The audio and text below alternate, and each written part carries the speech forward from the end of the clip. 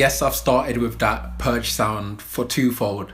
Firstly, because at the end of May, I actually did watch 3 episodes of The Purge. I didn't rate it too tough, to be fair. I thought it was more like a 5 or maybe a 6 out of 10. But second reason I want to play the Purge song or the Purge sound is because of the context that we're in. And I can't start this podcast without saying RIP to George Floyd, because that was honestly one of the worst things I've watched for a long time. And for me to show respect for George Floyd, I want to have a moment of silence on this podcast. So if you can please bear with me, it's going to be silent and then we're going to pick up again. So RIP to George Floyd, but not only RIP to George Floyd, RIP to all those who have died at the hands of the law enforcement, not just in the US but worldwide.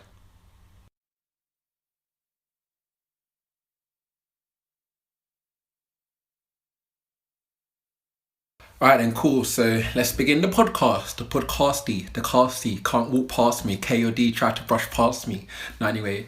So May, man, let's talk about May Day. Why? Let me stop rhyming. But yeah, May wasn't as productive as I would have wanted it to have been.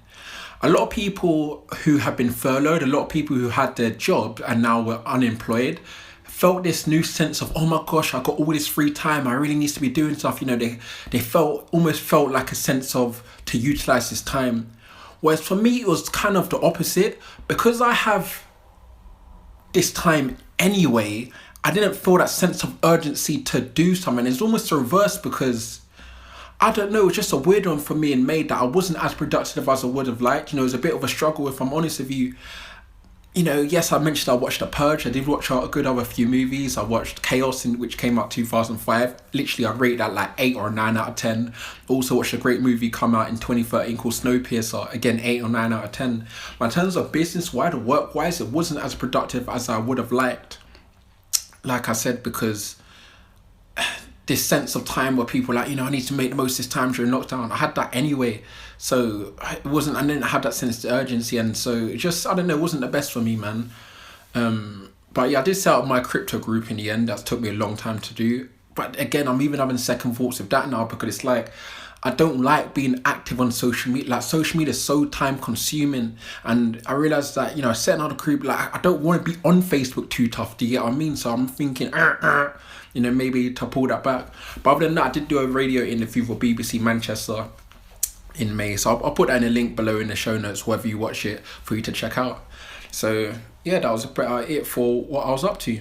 Now, in terms of some achievements, like, bear in mind that this is almost like the verbal version of my blog, I realised today that last night when I submitted my blog, you know, monthly report, I'm going to change it, call it the monthly wrap up, just because it sounds a bit better. And I even might need them to rebrand these podcast episodes and call them the wrap ups as well, rather than reports. I think it sounds better and goes more with my brand, which I'm working on. So where was I going with this again? So yeah, that's what I was saying. Yes, so this is essentially the audio version of the blog. So you can check out a lot more detail in the blog when I write about it, and then you can see the links, whatever I'm talking about, to show you as well. But yeah, so one of my big achievements for May was that I actually got, just before the lockdown in March, or even February actually, I got a big contract to do some work with a client. As soon as the lockdown came in March, bang, they wanted to not pay me for it, essentially.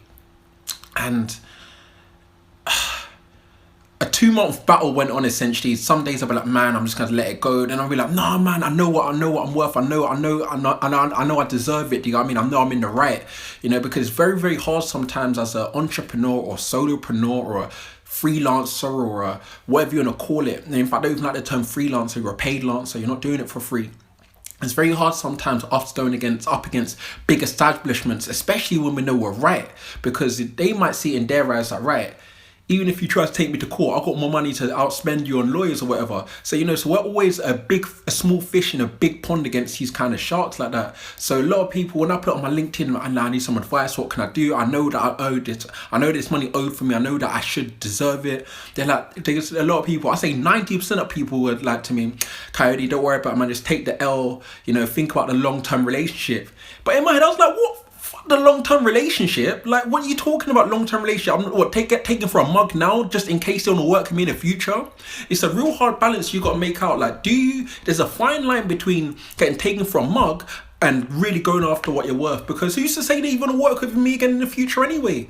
Do you know what I mean? Just like anything, it's like too many people out here, build a network, build relationships, but not at the expense of being mugged off though. Do you get what I mean?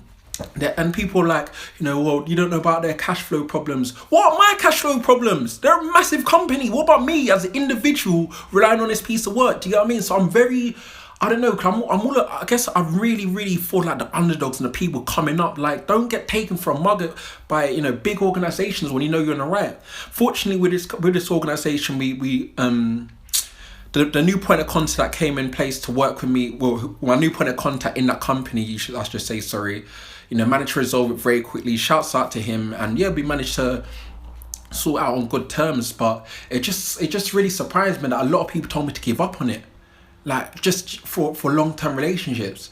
They're like, oh, you stop being. Some people stop being greedy, or think about them like. Why can't they think about me as this little person in my room? Do you know what I mean? Well, I'm in my room right now. I'm not even in my room, so I'm in the office. But do you know what I mean? Just me in my place rather than... But anyway, you get my point, man. So sometimes, as individuals, like, don't be afraid to literally go after what is right for you or what you deserve. Because if I didn't, then boy, like... Not to say that I was struggling financially anyway, but it's just that having that has helped me. Do you know what I mean? It's better than not. Do you know what I mean? And just whilst we're on this topic of money, so in May, right now, so again, I don't qualify for furlough. Of course, I'm not employed. I don't get no help from the government. So for me, when the whole announcement came, it's just me grinding it out, thinking, what can I do to get money in, whatever. And I was in America for 3 months in 2015. I did Camp America. That was my second time doing Camp America.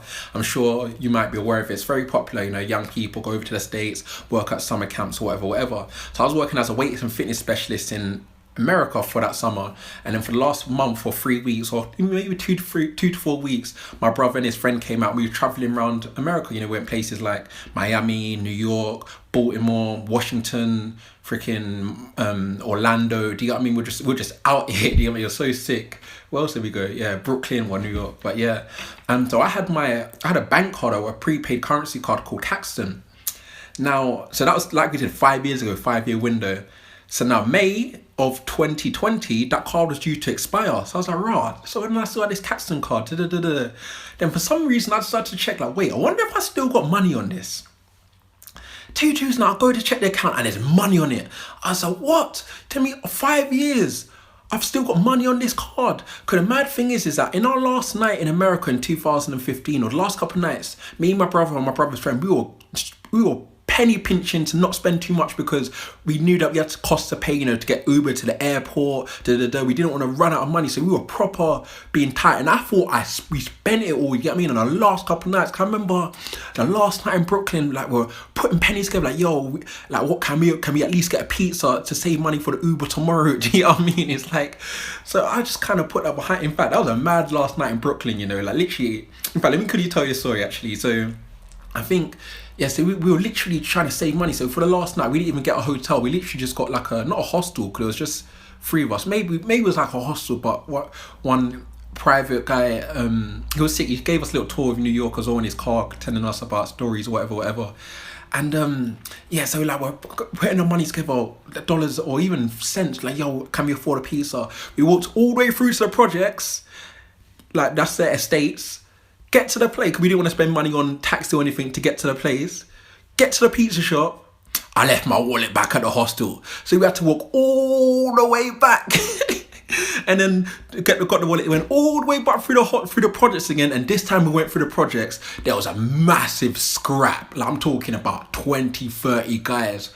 I was like, man, it's nighttime. It was like 9 p.m, 10 p.m. I'm thinking, man, this is the absolute last thing we need to be right now, for them to mistake us for being in, like, I don't know if it was GS9 in Brooklyn, I don't know what gang it was, but the last thing we want is for them to think that we're one of their ops, you get what I mean? And my brother was like, yeah, man, let's watch. I was like, nah, man, you've seen the way these American guys beef, listen, like, I might be able to take 1 man or 2 man, but I don't know about the other 28. You guys have to take the other 28, do you get what I mean? So yeah, man, so we got the pizza or the Chinese. I think it was Chinese, maybe. Yeah, that's it. We got the Chinese, because when we went back through the projects, through the beef, the pizza shop shut.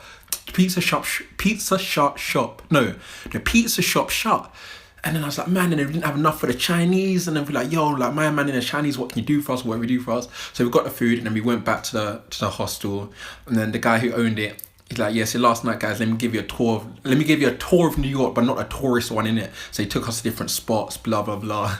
Like, you know, I guess the spot where the Twin Towers fell, that is quite a tourist spot, you know, took us there as well. I've been there before as well. And he told a story about how, like, it's just local stories. Like when you're driving down one road, he said about one time when he was younger, he saw a woman get run over here by a truck. And it was proper emotion telling the story. My brother was laughing, and not laughing, he was trying to hold it in. But he was like, when the woman was run over by the truck, they had to use a shovel to get her foot off the ground.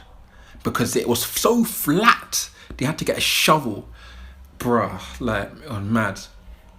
So yeah, so going back to the Caxton card now. So yeah, I still had money on that card. Then the part of me went, hold on a second. And I'm talking I'm talking a significant amount as well. Like, not a significant, in fact, significant is very subjective. It was a decent amount of money on the card, innit? And then I contacted Caxton.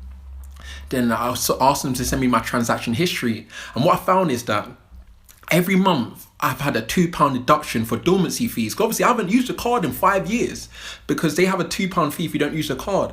And then for me, it's like, I didn't know if I was in the right, but my first one I emailed them was like, yo, like, there's a chance I can get this £2, but I didn't know about no dormancy fee. And they said, yeah, everyone got email in 2018. I said to them, yo, I didn't get no email in 2018. These times I didn't even check at this point, you know. But I said, I ain't got the email in 2018. And I was like, oh shit, let me go back and check just in case. And I was like, I really didn't get this email. Said it to them, then he said I can get my £2 back for all the months that I paid the dormancy fee. Like, the proper kind of shouts out to Leah. I doubt she'd even be listening to this, but Leah, thank you for getting me back. And even today, I think it got confirmed that the transaction's going through because the initial card, my initial debit card I had connected to this Caxton card, it obviously expired, do you know what I mean? So it's just going around the whole houses. So then the next thing I said to myself was like, wait, that wasn't the only bank card I had in America, innit? Because like I said to you, I was also working at the summer camp. And at the summer camp, when I was working as a weights and fitness specialist for 7 weeks, they paid us on a different American card. So I said to myself, wait, I wonder if I've still got money on that American card. And this one was a bit more techie because I didn't actually physically have the card. The Caxton's card, I still had it, but that one is I've moved maybe what? I've moved maybe like 9 times since I was 18, do you know what I mean? So I've moved, since 2015, I probably moved like 3, 4, even 5 times. And I remember one time moving out, I think I said, there's no point in me keeping this card. I'm not going to go back to America anytime soon by the time it expires. So I didn't have the card, so I was like, right, let me email this company. They were called Cardflex at the time. And I say at the time for a reason. Let me Google Cardflex and try to email them. Google Cardflex, the company doesn't even exist anymore. I was like, what? In fact, let me play the noise. I was like, what in the hell? Oh my God. Here we go. Play the noise. So yeah, I was like, what in the world? Oh my God. And yeah, so basically, what happened at Cardflex, they changed the name to a company called Clicked. So I was like, man, how am I on earth am I going to explain this to them? Like, I'm thinking, man, this has to be a verbal phone call because for me to explain this, it has to be verbally because writing an email is long. Obviously, American companies say American number and I can't ring an American number. So I was like, oh man, I got to email them. So I'm like, hi, look, I don't know how to explain this, but my name is Kayode KoDCast. I'm my mum and dad's son. I'm joking, I didn't say I'm my mum and dad's son, but I said, look, I'm Kayode KoDCast. Your previous company called Cardflex had an account with you. I'm only wondering if there's money on the card. And I was thinking, man, email, coronavirus times, when am I going to get a reply back? To my surprise, it was instant. I was like, rah, this is sick. And then from then forth, the correspondence was back and forth, like light work, because they're 5 hours behind on the East Coast or 8 hours behind on the West Coast. I think they're East Coast based. I'm doing emails, 5 from 6, 7, 8, 9 in the evening, and they're replying because it's obviously that's working hours for them. Do you know what I mean? And she was like, I had to prove who I was, I had to show them obviously they have the social security number over there. I can't believe I got a social security number in America. That is sick. I know that's a big thing over there. I had to give the last 4 digits of that, proof who I was, Then bow, she goes, yeah, you got money on this card as well. I was like, what in the world? Oh my God. Let's play it again. So yes, I had money on that card as well. And I was thinking, all right, cool. I said, right, can you send me that? If I give you my UK details, can you send it to me? She was like, nope. I was like, why? She goes, oh, you can only do transactions, bank wire transfers to a US account. I was like, all right, cool. I said, I'll give you one of my brethren's in America's account. She goes, nope. I was like, why? She goes, it has to be in your name. I was like, man. So I said, what? Is there any other options for me to get this P in my account? And she said to me, yeah, but I have to send you a check. I was like, a check? Man, I've never cashed a check in my life. I think the last time I held a check when I was in primary school, when I used to go after school club, and my mum would be like, give the woman the check to pay it. And I think maybe I've cashed a check once. But I was like, what? I've never cashed a check in my life. Maybe once, I don't know. So yeah, so at the minute I'm waiting for that to come. It said it would take 30 days. Obviously during this period it would probably take a bit longer, because I know even the post in the UK has been a madness. Because shouts out to my mum, like every week she will send me some food stuff in the post. I can cook, don't get it twisted, but she'll like send me a cake sometimes, or roti, or doubles. Like last week she sent me doubles and roti. Man, but the Royal Mail was so slow. She did it like next day delivery or first class. It still took like a week to get here. By the time the parcel came, I know they got to leave the things on your doorstep, but no wonder the guy left it on the doorstep, because when I picked it up, it smelled. I was thinking, man, this has definitely gone off, man. So I don't know how long it's going to take for the check to come, but hopefully the check will come back too. So that's just another blessing in disguise for me getting money back, because I had the big contract which I had in February or March get paid off. I had my Catson card paid off, and also got my previously known as Carflex paid off. And then the final bit of money I got in May, which is a madness, was I'm part of the Professional Speaking Association, and every year they have a convention in October. I've been going every year since 2016. I went 2016, 2017, 2018, 2019. And I always buy my ticket last minute. So it's always like the first weekend in October, I would buy it literally the day before. Like, who's sending the last minute ticket real cheap or something? But at this convention this time, could have had a bit more bread. As in money, you could have had a bit more bread. At the convention, they always start selling the tickets for the next event at early bird rate. So at the convention, I was like, right, man, let me slap some P on this. Let me get my ticket for next year at this early bird rate. But then I didn't even think that it could be cancelled, but then we got an email in May saying, look, convention's cancelled, anyone pay, get their money back. And obviously the tickets aren't cheap, you know what I mean? You're looking at £300 upwards.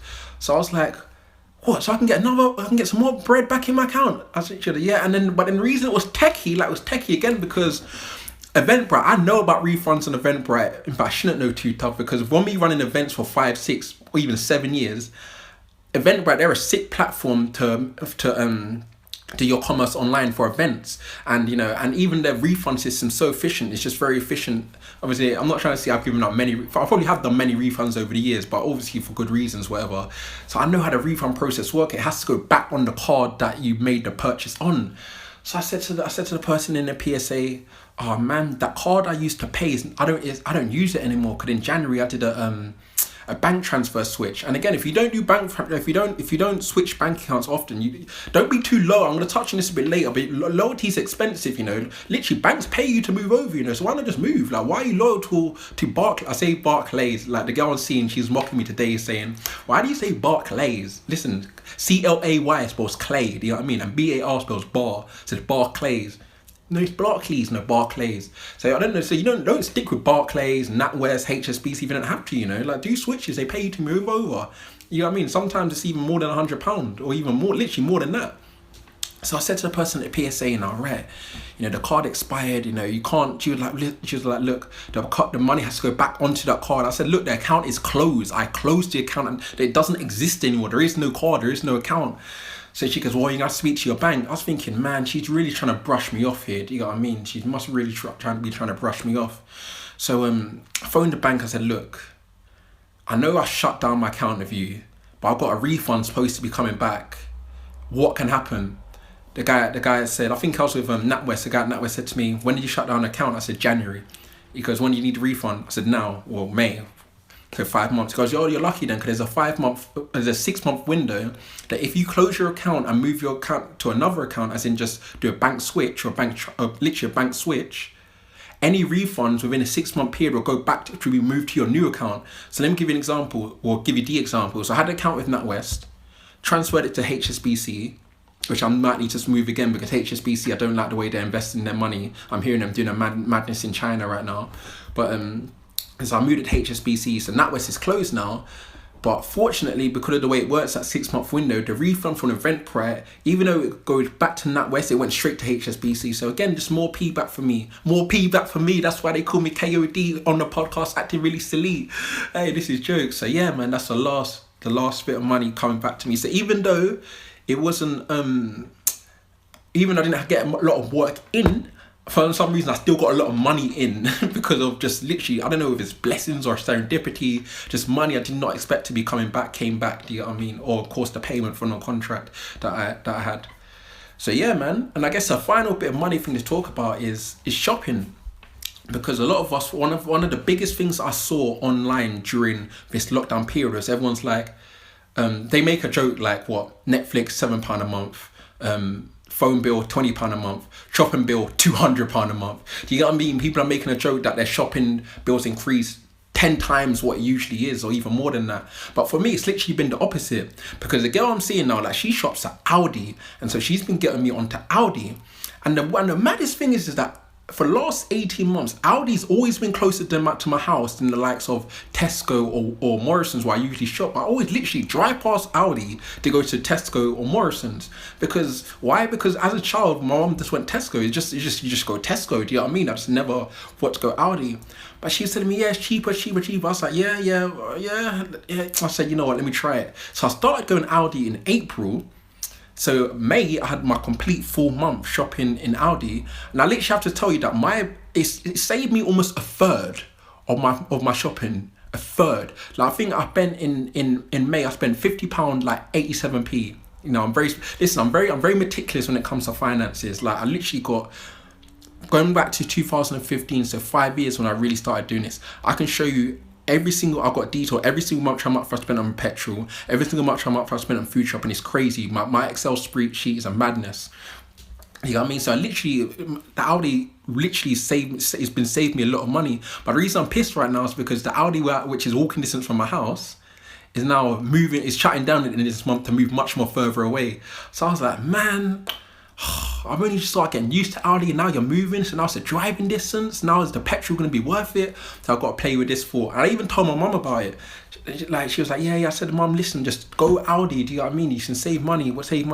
And if you read the blog, you'll see that I put a screenshot where she said, yo, oh my God, I'm right. You know, I'm saving myself. I save roughly £50. I can save roughly £50 a month. You know what? £50 a month. That's what? Oh man, Kayode, quick maths, £600 a year. Is that right? Oh, this is embarrassing if I don't. In fact, no, this is tenth. Let me quickly do the calculator, one sec. 50 times 12. £600, woohoo, there we go. So obviously that's a big saving of £600 a year if my mom's sticking at Aldi. So like I said earlier, loyalty can be expensive. When your car insurance is due for renewal, if you stay with your current provider without shopping around, that can be expensive. Or what else can be expensive?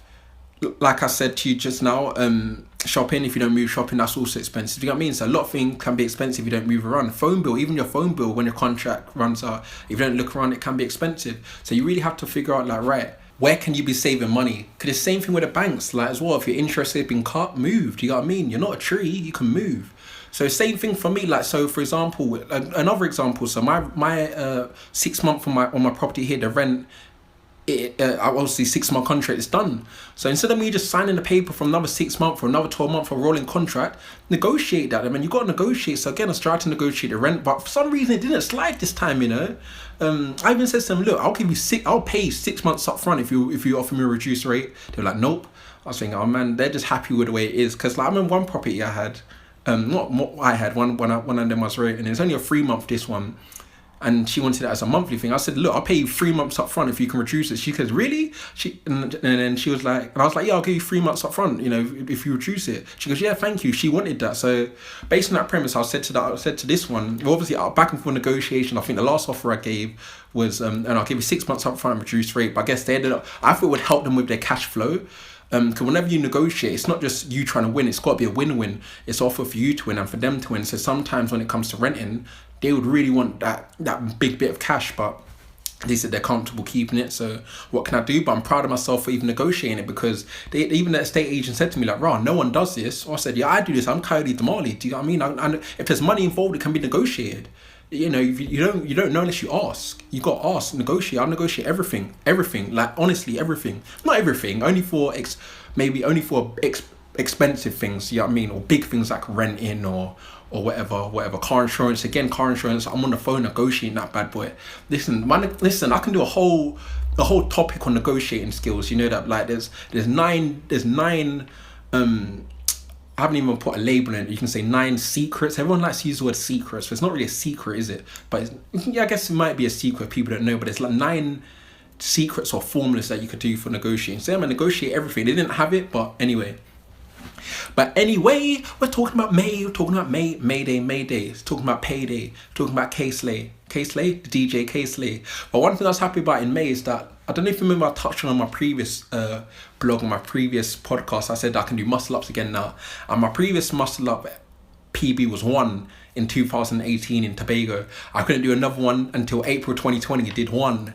In April 2020, I did 2. So now I've been stuck on 2 muscle ups. And then finally in May, I've done a PB of 4. Was it 5?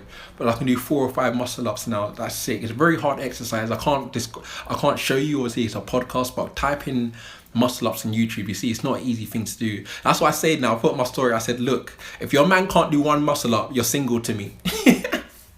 Word, like if your man can't do a muscle up, you're single to me. I'm sorry. I'm joking. Let me not be cocky with it, or snotty with it. Something real blocky with it. No, I'm not joking. Yeah, so muscle ups, that's a big thing. And for some reason in May, I really took a step back because one of my aims, I took out a new phone contract in December, and with this company, they offer a free month if you recommend a friend. So I said to myself, it'll be sick if I can recommend 12 friends to get a month, to get the whole of 2023. Not as in 2023. I know I can't distinguish between free and free because I can't pronounce THs. But my aim was to get 2023 as in FREE. Recommend 12 people. And I did that. You might have heard me touching it a few months ago. Like, I recommend 12 people. My whole phone bill's free up until 2020. So I haven't been actively promoting it. But for some reason in May, I was still getting referrals coming in. I was like, I'm not even actively promoting it. And it made me realize that by doing content like this, putting out this audio, putting out the blog and leaving the links there, people go back to it again when you're not even doing it anymore. So it's like so I had like 3 or 4 referrals come in, which means that I got potential another 3 or 4 months. So right now it's so mad. I paid for my phone bill in December of 2019. I've got enough 3 months last me now until April 2021. I don't have to pay my phone bill to April 20. My phone is free. Do you get what I mean? My phone is free. It's mad. And it's like you got people out here paying 50. You might be listening to this on a phone device, which is 50 or 60 pound a month. Like, I'll say to you, why? Why are you paying? I don't pay. My phone's free. my phone is literally free. Like, data, everything free. My phone, I've got a free phone. Do you know what I mean? I pay for my handset and then my phone's free. Do you know what I mean? Some people don't want to pay for the handset, but yeah, I own my handset and my phone's free. Simple. So again, I'm going to put a link below because it's not just me promoting it for promoting its sake. I genuinely think the deals are sick. It's just generally a sick deal. And I'm not even, I got the deal not even knowing they had this referral scheme aspect to it. I got the deal because it was sick. So yeah, go check it out, man. Go check it out. Go check it out. Everybody get a CD. And while we're talking about referrals, I also did as you know, that I'm a big fan of cryptocurrency and investing, and the platform I like to introduce people to at the beginning is Coinbase. And a long-term friend of mine has finally got started and finally got some Bitcoin. And because he went through my referral link for that, we both got $10 worth of Bitcoin. So if you're interested in that as well, I'll put a link below. I didn't really make much investing in May. I bought 1 coin at the end of May, which I sold at the beginning of June. So I'm not going to touch on it yet. I'll touch on it on the next episode, maybe when I review my month of June. Or when I did a wrap-up, I should now say sorry.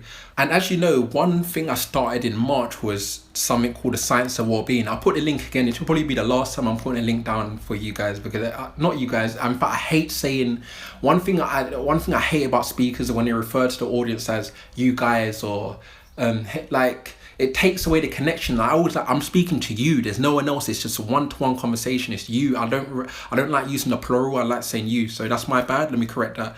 So I'm gonna put a link below for you, because the Science of Wellbeing course is generally sick. And one of the tasks they set for me, not just for me, again going back to the singular, not plural. One of the tasks they set for me was we had to pick something we wanted to do to increase our happiness. One thing, but I picked kindness, gratitude, and savoring as my 3 things I want to work on. Kindness, gratitude, and savoring. You know what kindness is, you know what gratitude is. I'm not going to tell you what savoring is. If you want to find that out, go on the course, because I think it's sick. Now, I'll tell you what it is. So savoring is basically being really present in the moment and not thinking, not doing mind wandering, like when you're doing something, what else is going on in the world or whatever, really being present to savor the moment. You know, when you're eating a cake, just have a bite and really enjoy the taste, not quickly yum it down. So yeah, a friend of mine in crew got told by another friend of mine they need something printed. So he phoned me saying, have I got a printer? I said, yes, I can do some kindness. So I said, yeah, I'll print it for you. And I also said, don't worry, man, I'll deliver it to your door as well. I'll put it in a nice plastic wallet as well, because I want to be doing more kindness. So I wanted to actively be doing more kindness. If there's any way I can help you, not you guys, if there's any way I can help you, let me know, because I want to try and be doing more kindness. Gratitude, that's me to myself. Savoring, that's me to myself. But kindness, that's me out to the world. So anyway, I could be more kind, just let me know. I'd love to get on with that. Please, pretty please. And then the final thing for May, before I go on to some of the things I learned, some mistakes, is that was a girl I'm seeing birthday in May. So that was good. I couldn't be with her physically, but got her a little gift as well. So I guess that's a little bit of kindness as well, doing some kindness there. So now for the mistakes. Dum dum dum. I wonder if there's a sound effect for dum dum dum, or maybe my sound effect of dum dum dum is good enough already. Okay, so I'll go with my own sound effect of dum dum dum. So yeah, so I think my biggest learning or my biggest mistake in May was that I think I'm very much now way more easily triggered and snappy and aggy than I was before. And I think the circumstances of lockdown hasn't helped, nor did it help by me seeing the murder of George Floyd. So people even saw me on Come Dine With Me when I kind of like hit back at the woman dissing my carrots. I don't know if it's a chip on my shoulder or a potato on my knee or a tomato on my toe. Tomato on my toe, that's the new one, not chip on my shoulder, tomato on my toe. I don't know if it's that, but it's like, I don't know, man. Like, a lot of people on my side, but I don't like the way I'm so snappy. Like, I put out a status or whatever, someone will say something. If I sense even a tone of a microaggression, I'm like, woohoo, let's go then, let's go in the comments, let's bring it. Like, what are you saying? Do you know what I mean? I catch myself being on, I don't know, and I don't know if is it ego from coming off a big TV show, but then I was like that before The Apprentice. Is it, I don't know, but some reason I really struggle to, grit my teeth and just take it. I don't handle this, and it's even for me growing up in London when I had a bit of a time on road at 16 to 18 or even before 16, to not take it from anyone. So it's like, I really, and I think the biggest thing, I don't like microaggressions. Like, if you're going to say something, like, say it with your whole chest. It's like what are you trying to say? Do you know what I mean? Like, say it, don't start. Like, what are you saying? Do you know what I mean? So, and because of that, it's like, I don't know, man. I just find myself being a lot more triggered and a lot more snapping. I really need to hone it in. It's like, after a massive conflict, I had a lot of conflicts on social media, Space specifically in May. I had a lot of people close to me phone me, like a couple of, they're not elderly, but at the time when I was a kid, like my dad's friends, obviously they seemed old, you know what I mean? But now they're only 50s or 40s, 50s, whatever. And they phoned me saying, yo, is everything good, whatever. One of my friends from school phoned me like, yo, Kod, like, what's up? You've been out of character lately. And like, that's the thing, man. Why can't people just see that, look, maybe because of the circumstances, I'm acting a bit out of character. Don't find, if I'm putting out a status which is controversial, which I did do a few of them over the George Floyd because I was really angry about that. If you could see I'm acting out of character, like some people saying in the comments, like, Kayode, what's up? You're not usually like this. Then don't fight fire. Allow me to express, allow me to vent my anger that I'm having to do with the situation. Don't me put up something and then you hit back. And otherwise, we're just going at it, looking horns in the comments. You know what I mean? I just want people to be more understanding. I guess it's selfish of me, but I want people to be more understanding and be more, I don't know, understanding, and just recognize that, right, look, if Kod's acting out of character, maybe there's a reason for that. Because for me, even if I see someone out there wilding out, I'm like, right, if they're not usually like that, there must be a reason going on in their life, the reason why they are. So I don't know, so I don't want to just blame it on the situation about the murder in America, because I had been getting snappy before that. But again, it's to do with the fact that, I don't even know, man. Again, this is something I need to work on within myself. So when I say mistakes or lessons learned, this is a lesson within myself I know I need to be aware of. Just not, I don't know, man, because when people send for you in the comments, it's like, I remember the first time, you might even remember me touching it in April, when I said I came on social media, the day I came back, I put a status, someone was going at me. I was like, bruh, I've been away for 2 weeks, and the first thing I do is, you want to come at me? Do you know what I mean? A lot of people just want to send for you, or is send for you the word, or what's the word? Draw you out. Like, people just want to draw you out. Like, why you want to draw me out, man? I'm not the one to draw out. Do you know what I mean? I'm not really good at taking it when people draw me out. But, you know, do I need to take it on the chin and be the bigger person? Or as a lot of people message me say, no, Kod, you're in the right. Like, you know, just like you're saying to them, say it with your chest. 'Cause I say it with my chest when I'm replying to them. Like, no, carry on, say it with your chest. You know what I mean? So I don't know, man. So I'm hoping this month in June I'm able to, maybe hopefully not getting any conflict whatsoever, but handle it better maybe. Like, people will be like to me, yeah, I'm so disappointed on you. I'm like, bitch, listen. Well, man, let me know. I'm like, what? Like, don't come at me like I don't even know who you are, but you're disappointed in me. You're disappointed. You know what you don't know what I'm going through at the minute, but you're disappointed. But anyway. So yes, I'm hoping in June I'll be able to hold it down a bit more, because I know it's not good for my outlook of looking in. But yeah, that's one thing I need to be better of in June. And the last thing, which is more of a hard skill, is that when it comes to closing deals, because since coming off the big TV show like The Apprentice, I used to get 100 of inquiries a day or a week. Do you know what I mean? So I can't physically be on the phone speaking to all of them, because like, not all of them are qualified. So some of them might be time wasters. You know, cause I remember I always pick up the phone and I'm like, this is a waste of time. I would spend a day on the phone and I'm like, none of these people are even ready for me anyway. So because of that, I don't close a lot of deals on the phone. Now I'm just not lazy with it, but I'd rather just have the conversation in the DMs, not even let it get to email, but just to kind of gauge if this is even worth talking about. But I realised that one person who did inquiry, I realised that, right, I should have closed that deal on the phone, because that one was quite a qualified lead, if you want to look at that, or qualified inquiry.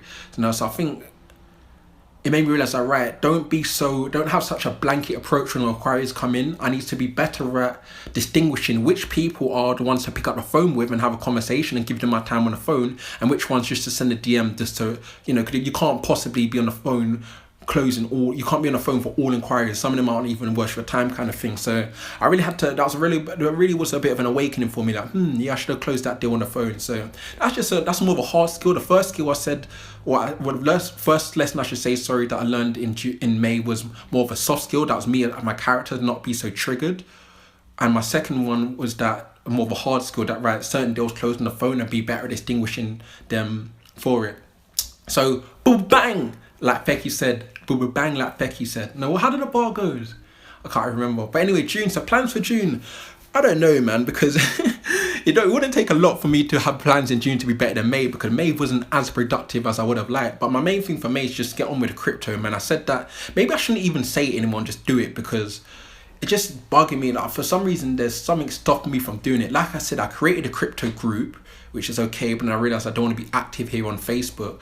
But, you know, I got the content. It's just something stopping me from doing it. Is it, you know, because I do believe that we all have our own glass ceilings that we place on ourselves. Like, we can't see the barrier stopping us from going up, but when we try to go up, it is hitting us. And we don't exactly know why. We need to turn that glass ceiling, not make it transparent, into an opaque ceiling. Is that the word? Opaque. You know, so we can really distinguish, like, what is stopping me? So I don't know what's stopping me from doing my crypto stuff, but I'm hoping to really knuckle that down in June. And how can you help me if you do want to help me in June? I think the main thing is to be understanding. Like, I did get a lot of helpful comments of people recognizing that people are going at me for no reason, and that people were in the wrong and they're not understanding me. So I just ask that if you do see me acting out of character, to understand, you know what I mean? To understand, like, hopefully June's a better month, not just me, but for everybody, as the lockdown is easing. But I think the main thing I just want from people is for them to understand me a bit more if I do act out of character, which obviously touch wood I don't. And the second way I want you to help me is by, how can I help you? Because I do want to increase more kindness. So yes, to wrap up, to conclude, thank you for listening to the Kayode KoDCast Podcast. That's my wrap up of May. Now in June, I'm going to London. I haven't been to London since February, you know. I have not been to London since February. I've only been to London like 3 days this year. It's mad. Like, I haven't even had a haircut since February. My hair's looking like I've got a nice afro, but yeah, and it's also my sister's baby shower, so I'm going back to London for that too. So anyway, thank you for listening to the Kayode KoDCast Podcast, and I shall speak to you soon. Buck me, you don't want to buck me. Men will die tonight. Like that. Million streams in a week.